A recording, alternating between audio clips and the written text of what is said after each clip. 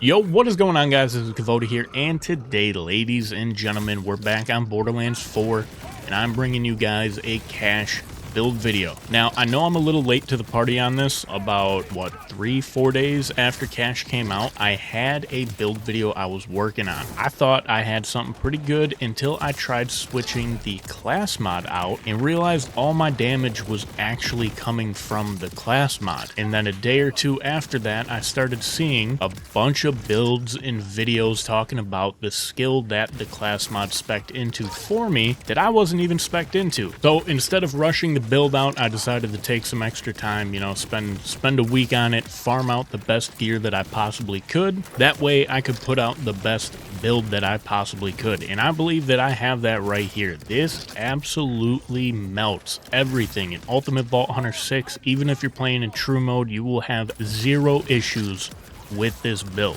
Now, cache has been out for a little over a week, so I'm gonna make a pretty safe assumption and say most people know how his action skills and windfall work, but if you don't, I'm still gonna go over him here real quick. So with cache, his two biggest things that he's got going on are windfall and fortune stacks. So you gain fortune stacks by default from killing enemies, but there is a way in the skill tree to make it so that whenever you apply an elemental effect, you also gain a stack of fortune. Then there's also a way to make it so that you're always doing some sort of elemental damage. In the skill tree specifically, it is fire damage. So this makes it so even if you're running a kinetic weapon, you're still applying a fire element, which is still going to give you fortune stacks. Now, entering Windfall is important because it gives you a damage boost, and the ways that you enter Windfall, once again by default, is mainly activating your action skill. But with the build we have going here, we're also going to be entering Windfall whenever we get a crit. Now, the unfortunate thing is when you enter Windfall, you cannot refresh Windfall. So there are going to be some instances where it's kind of a timing thing.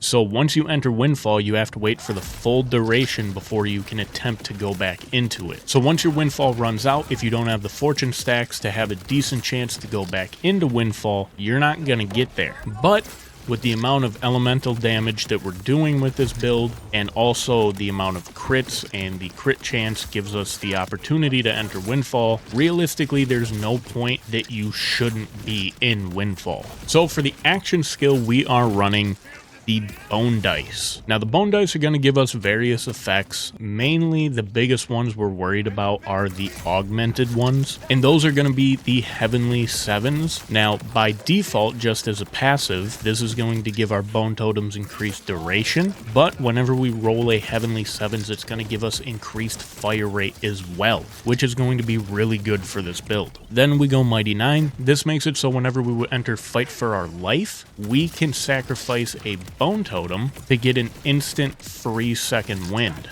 Then we're going dirty dozen. This makes it so our minimum fortune stack count is based on how many active totems we have. So basically, if you got 4 totems out on the field, you're always going to have 4 stacks of fortune. You can build higher than that with your elemental effects, but your stacks aren't going to drop below 4 or 5 or however many bone totems it is that you have out on the field. Now let's go over to skill trees really quick. We're going to start off with the green tree since this is the one that our action skill is in. Now we only have 17 points in this tree, and you'll see the reason for that later. But we're going to start off a 5 out of 5 into Luck Be a Robot. This is going to give us action skill cooldown rate. The more fortune stacks we have, the greater the bonus. Then we're going on to O Fortuna. This is going to make it so we gain an increased windfall chance. Whenever we hit a crit, we have a chance to go into windfall. This makes that chance better. And on top of that, this is going to make it so we gain an increased elemental effect chance and damage. That elemental effect chance is going to come into play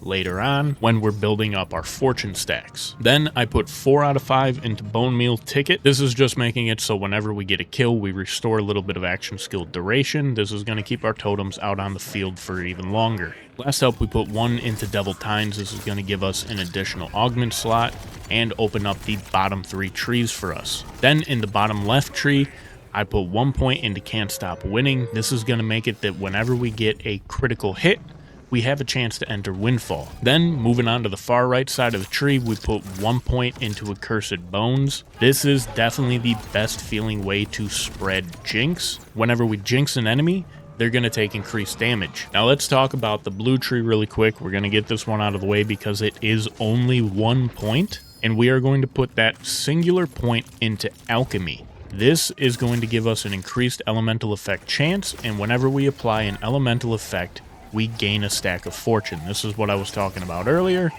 As long as you're applying elements, you're always going to have fortune up. Now, finally, let's talk about the red tree. This is where all of our damage is going to be coming from. This is the most important tree. So, starting off, we go 5 out of 5 into Unleashed. This is going to give us more fire rate with our guns and action skills. Fire rate is extremely nice on this build. Then moving down, we go 5 out of 5 into Stand and Bleed. This is going to give us critical hit chance, which is going to help us, always have the crits up, so we have a chance to enter Windfall. Then we put 1 point into Hot Hand. This makes it so we're always dealing bonus incendiary damage. This makes it so even if you're using a kinetic weapon, you're still doing some sort of elemental damage to build fortune stacks. Then we go 3 out of 3 into Trick Shot. This gives us a ricochet chance with our guns. Shots that ricochet this way are turned into bone shards. When bone shards damage an enemy, they create bone splinters that converge around them, dealing kinetic damage. And also, any enemies damaged by the bone shards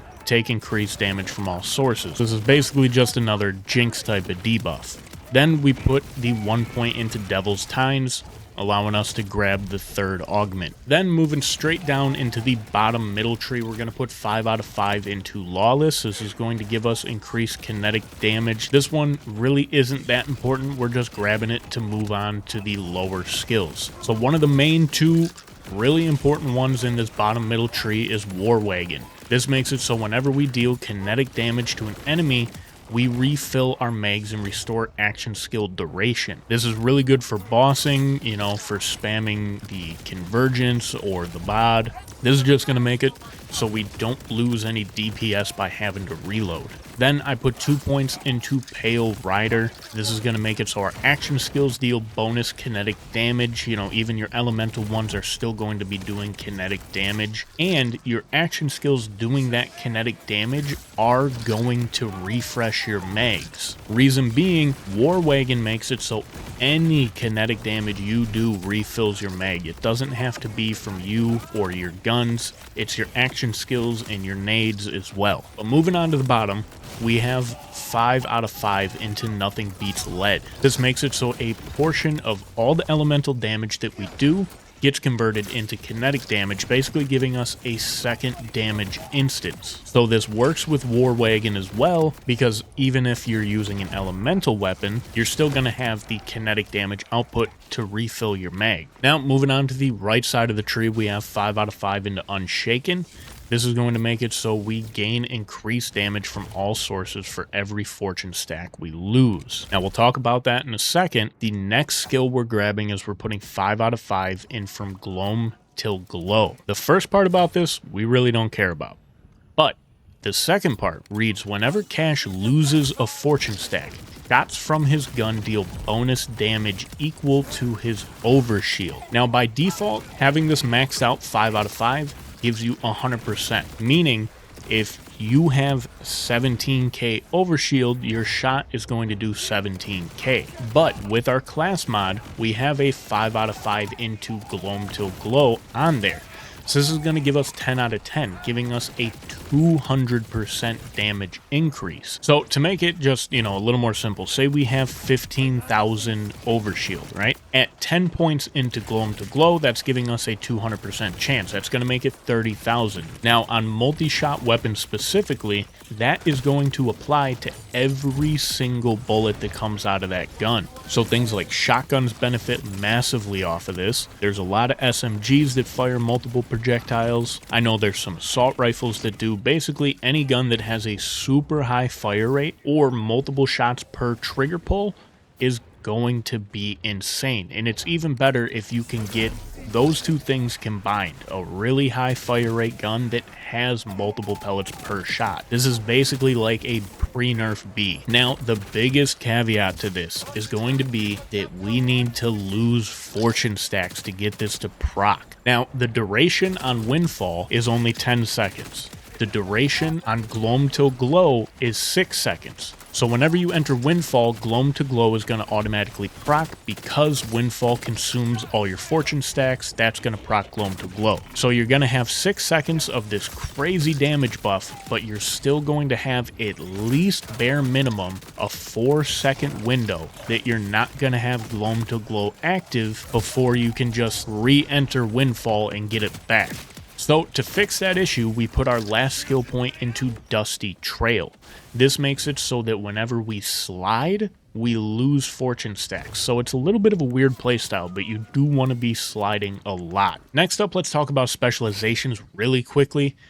So the first one I'm running here, I got Bullets Are Scared of Me. This is going to give us increased damage reduction. I like it for the survivability. I know, you know, other people run different things. I usually run Bullets Are Scared of Me just because I don't like going down. Then also, we're going best defense. I think this pairs really nicely. This is just going to make it so we do more damage the more full our health and shields. Then I'm running really this.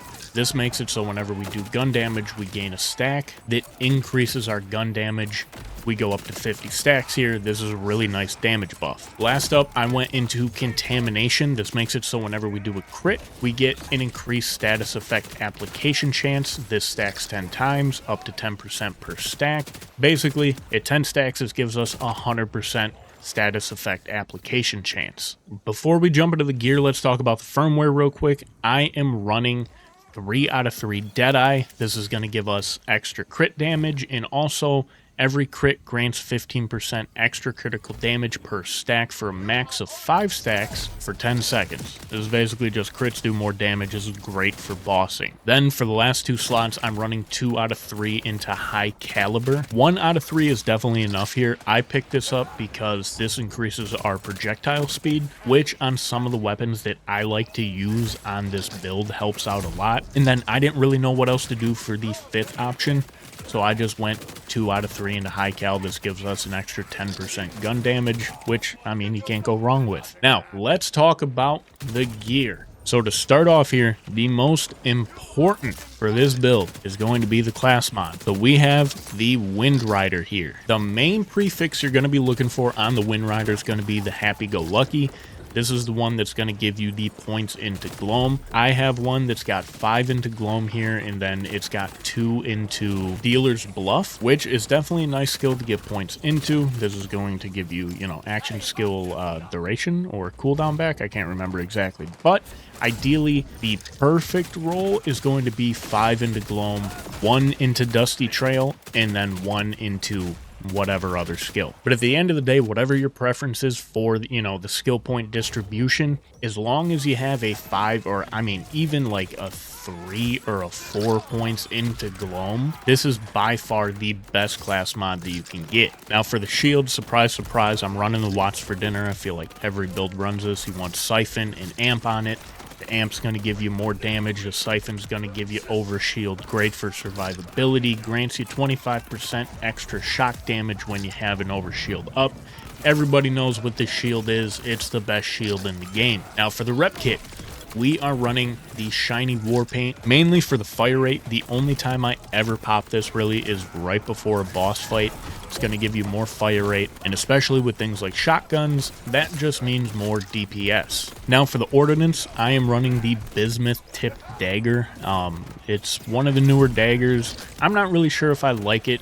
Crit Dagger could be a really good thing in this slot.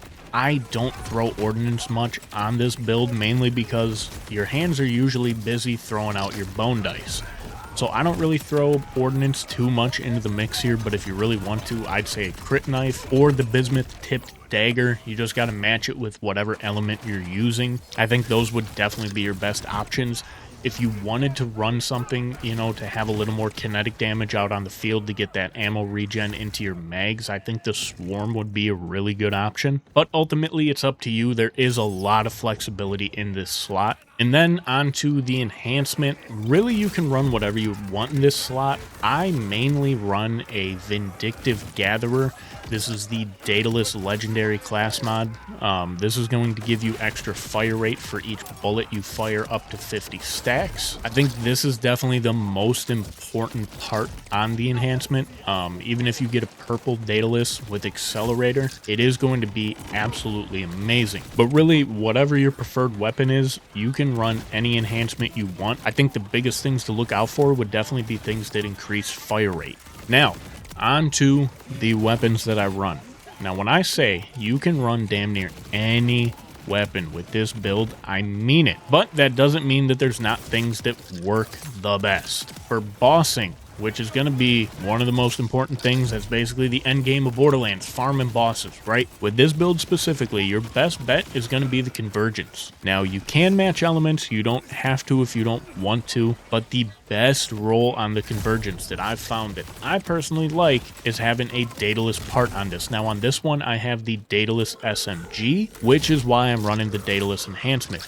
You throw on the SMG mode over the shotgun mode, and this is going to give you so much fire rate, you know, and the convergence has all the extra projectiles that are all getting gloam applied to them, and that just makes it so the damage output with this weapon is absolutely insane. Then this one's a little bit more for mobbing. I do use it in bossing sometimes because it still works really well, but the broken wings, bro, this thing feels like a sandhawk, man. I love it. I love the broken wings. This thing performs absolutely amazing. Mobbing, bossing, it's not as good as the convergence, but it still can be pretty damn good. Then the other SMG that I run, mainly for mobbing, this is the Dark Beast. We all know what the Dark Beast is.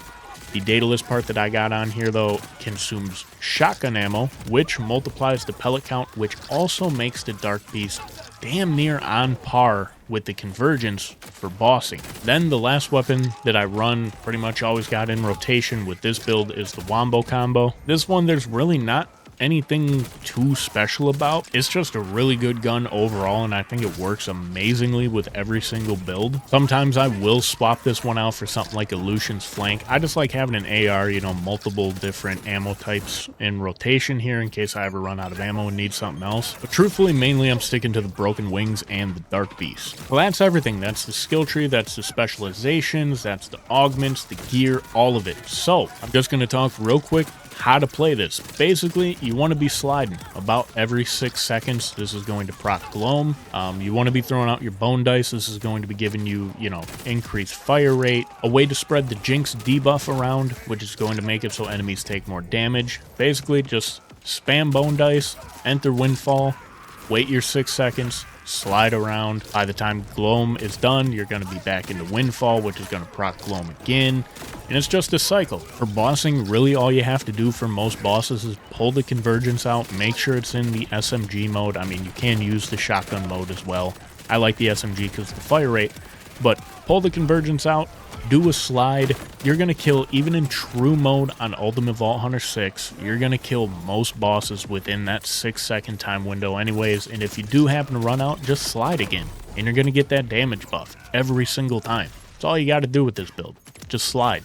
That's all there is to it. It's pretty simple. So with that being said, I hope you guys enjoyed the video. If you have suggestions for the build, you know, the skill points, different gear, different weapons, whatever it is, leave a comment down below. I'm always open to new ideas, new weapons to use. But other than that, right now, I'm currently working on an updated Harlowe and also a TDR Rafa build I've really been enjoying. Everybody knows the TDR Rafa build, but I still want to put a video out because I've been having a ton of fun on it. So that's all I have for you guys. Hope you enjoyed. Leave a like, comment, subscribe, all the normal YouTube shit. Y'all have a great day, and hopefully I will see you next time.